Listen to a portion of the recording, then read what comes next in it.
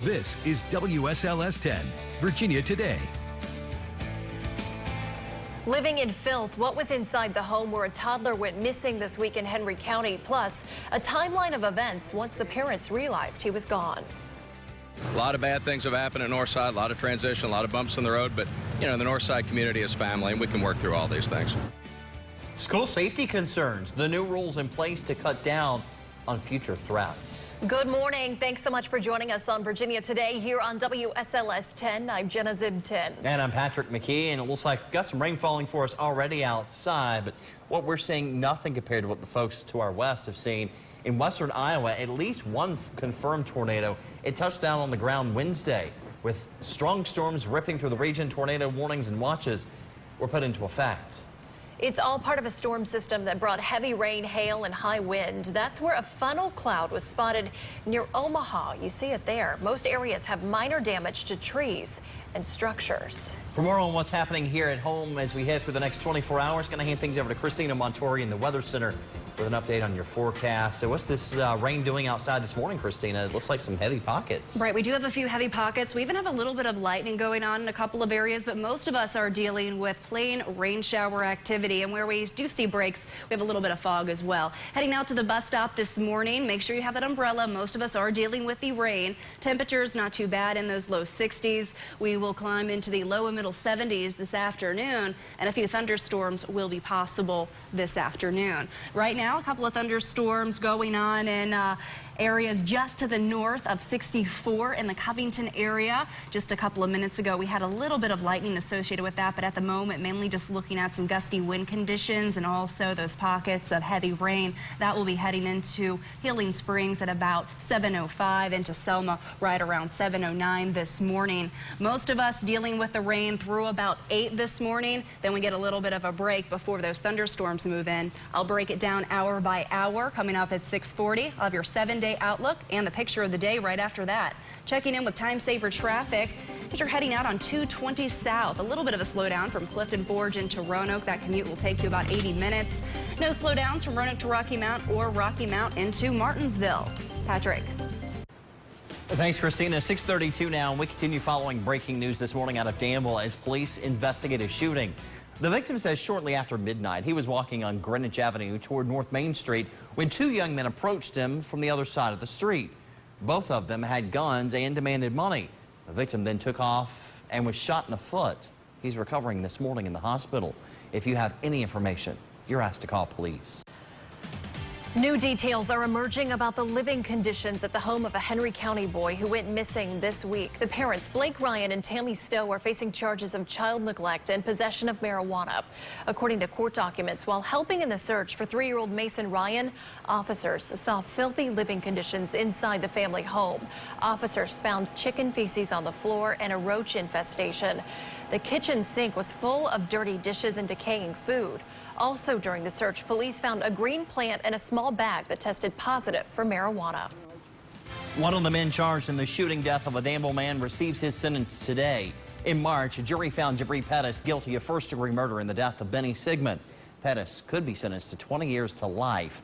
Prior to the start of the trial, the judge accepted guilty pleas from Pettis for various burglary charges that he faced in connection with the shooting. Sigmund was shot when he came outside to confront 4 people who appeared to be trying to break into a home across the street. 6:34 now, and we are learning more this morning about a deputy-involved shooting and standoff in Pittsylvania County. Family and neighbors of the suspect, they're trying to figure out why Brian Cundiff allegedly shot a deputy before barricading himself inside a house. Cundiff's accused of shooting the deputy who responded to a domestic dispute at the home on Blair Lane Tuesday evening. The deputy was treated and released from the hospital. Cundiff, though, didn't surrender till after midnight. I pray that he gets some help, that he gets some help for whatever his ailment is or whatever's going on with him. Cundiff faces multiple charges, including attempted capital murder. The incident remains under investigation. Liberty University students now have the option to have guns in their dorm rooms. The policy was changed last week at a Board of Trustees meeting. While some are against the new policy because they say it could be a gateway to more crimes on campus, others say it makes them feel safe. Never was for any gun policy whatsoever. Like, gets mad at you or you aggravate them, they could actually pull a gun on you. With the whole ISIS thing, it's definitely nice to have it because as we are like the biggest Christian university, we're one of their targets. So it's definitely nice to have that procedure in place. Students 21 and older who want to have guns can keep them inside a safe in their dorm room starting in the fall. They must have a permit recognized by the state, and all the roommates must be comfortable with having the gun in the room. 6:35 now, and students at Northside High School, William Byrd, and other schools across Roanoke County, they're being more closely watched this morning. It's all part of a new effort to increase safety and cut down on the number of threats. The changes come after 6 threats were made in just 2 weeks, and now school leaders are taking another step, reaching out to parents. WSLS 10's Erin Brookshire joins us live with more about what happens next. Yeah, in addition to the new safety rules in the classroom and hallways, school leaders are now reaching out to parents, holding an information session at Northside High School on Monday night. School board member Tom McCracken has called the meeting. He says he wants to get parents together with the superintendent and chief of police to talk about the recent threats as well as some other issues and also some ways to address them. He says he's also hoping to announce and introduce Northside High School's new principal at that meeting too. So there's a lot of positive things I'd like to communicate, things that we have changed policy and procedure-wise to keep our kids safe. You know, there's less walk in the halls. We know who's using the bathroom, when they're using the bathroom. So a lot of positive things have taken place, and I'd like Monday night to sort of bring us all together and hear about those positive things. Now, the new rules mean students are more closely monitored in the hallways. They need to check in and out of class, and teachers are also checking the bathrooms more frequently, watching out for any messages or threats written on the walls.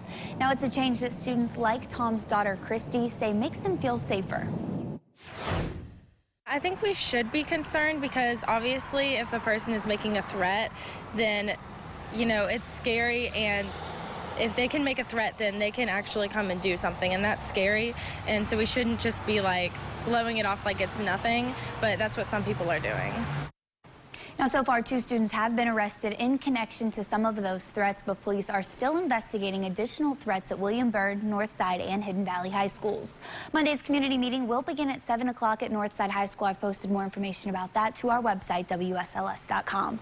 I'm Erin Brookshire, WSLS 10.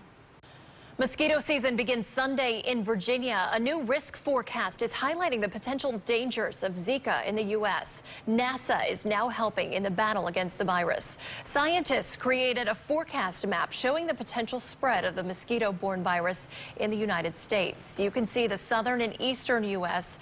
are at higher risks as the warmer summer temperatures creep in. Right now, the White House is locked in a battle with Congress for funding. We will sit down with the appropriators to figure out the best way forward to make sure that we're good stewards of the taxpayers' money and to make sure that we have what we need to combat and stay ahead of the Zika virus issue. Virginia is getting ready to give out a Zika prevention pregnancy kit with things like educational material and insect repellent. Health officials noticing that more and more parents are opting to not give their children required vaccinations. So experts are spreading the word, trying to prevent the spread of disease. But not all parents are on board. John Rogers has more. Cheryl Kindred wants to keep her children healthy. So I think it's kind of our duty. And she believes parents should be free to choose whether or not to give them vaccinations. Yeah, I think every parent should think really hard about all the different medical decisions we have to make for kids. Newly released figures in Florida show a drop in the number of kindergartners and 7th graders who are receiving their vaccinations. The number is below the recommended national average. These vaccines protect children from 14 deadly diseases. If they are not fully protected, the diseases still exist, and they will rear their ugly heads. Many parents opt out for religious reasons or out of concern. I spoke with Barbara Fisher, president of the nonprofit National Vaccine Information Center. Vaccines, like any pharmaceutical product, carry risks that can be greater for some people than others because we're not all the same. Fisher says some vaccines create terrible side effects like convulsions or brain inflammation. And in some cases, the vaccines just don't work. Florida health officials say people should not be worried. Well, I don't think that they should be concerned about vaccines. I think they should be concerned about the diseases that the vaccines protect against. But some parents like Kindred ultimately feel it's the parents' responsibility for the welfare of their child. Now, officials on both sides of the issue say it's important for parents to do their own research and figure out what's best for the health of their child.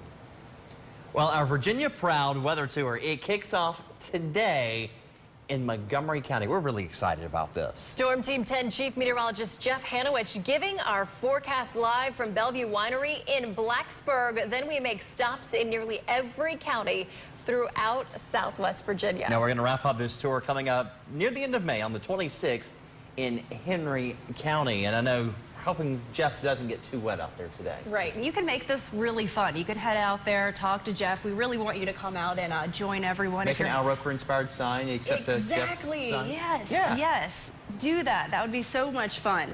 And temperature